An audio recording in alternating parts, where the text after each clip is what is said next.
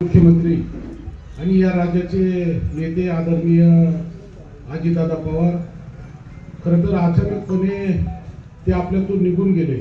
आजही खरं तर विश्वास बसत नाही या घटनेवरती, परंतु त्यांना श्रद्धांजली वाहण्यासाठी आपल्या दक्षिण मतदारसंघाचे खासदार नेते आदरणीय निलेशजी लंके साहेबांच्या नेतृत्वाखाली या ठिकाणी श्रद्धांजलीची शोक सभा या ठिकाणी लावली आणि तालुक्यातील शेतकरी सर्व नेते मंडळी या ठिकाणी उपस्थित राहिले.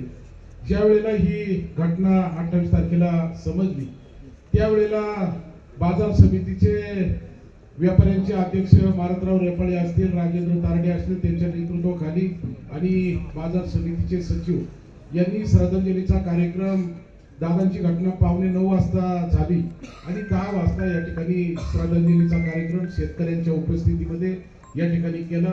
फार मोठ्या संख्येने त्याही वेळेला शेतकरी या ठिकाणी होते आणि आज नेत्यांनी या ठिकाणी हा कार्यक्रम आयोजित केला. खरं तर या तालुक्याच्या जडणघडणीमध्ये फार मोठं योगदान असणारा नेता, बाजार समितीचं जे हे शेड ज्या वेळेला ओपनिंग केलं त्यांच्याच शुभ हस्ते हा कार्यक्रम या ठिकाणी झाला आणि दादांच्या पदस्पर्शानं खरंच मार्केट कमिटीची आजपर्यंतची भरभराट त्यांच्या पायाच्या पुण्याने झाली. मार्केट कमिटीमध्ये कुठलंही काम असेल तर ते दादांनी त्या ठिकाणी अगदी आघाडीनं त्या ठिकाणी केलं आणि म्हणूनच या ठिकाणी आज आपण पाहतोय फार मोठा उच्चांक शेतकरी वर्गाचा माल देण्याच्यासाठी या बाजार समितीमध्ये आहे.